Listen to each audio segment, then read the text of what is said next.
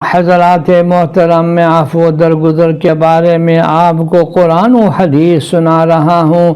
آج پہلی روایت رسول اللہ صلی اللہ علیہ وسلم نے فرمایا، ایمان والوں کی آپس کی محبت، رحم دلی اور شفقت کی مثال ایک انسانی جسم جیسی ہے۔ اگر جسم کا کوئی حصہ تکلیف میں مبتلا ہو جاتا ہے تو وہ تکلیف صرف اسی حصے میں بند نہیں ہوتی بلکہ اس سے پورا جسم متاثر ہوتا ہے، پورا جسم جاگتا ہے اور بخار و بے خوابی میں مبتلا ہو جاتا ہے۔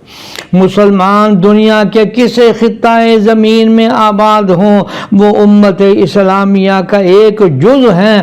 اگر وہ آرام و سکون کی زندگی بسر کر رہے ہوں تو پوری امت پرسکون ہوگی، اور اگر وہ کسی مصیبت یا ظلم کا شکار ہے تو ان کی تکلیف سے پوری امت بے چین اور تکلیف میں ہوگی، اور اس صورت میں لازماً وہ اس کے ازالہ کی فکر کرے گی اور اس کے لیے ہر ممکن وسائل اختیار کرے گی۔ امت کا اتحاد اور اخوت کا یہ رشتہ اللہ تعالیٰ اور اس کے رسول صلی اللہ علیہ وسلم کو بہت عزیز ہے، اور قرآن کریم اور احادیث نبویہ میں جا بجا اس پر زور دیا گیا ہے۔ اختلافات اور تفریق سے روکا گیا ہے، اخوت کو قائم رکھنے کے لیے مضبوط سے مضبوط تر بنانے کا حکم دیا گیا ہے۔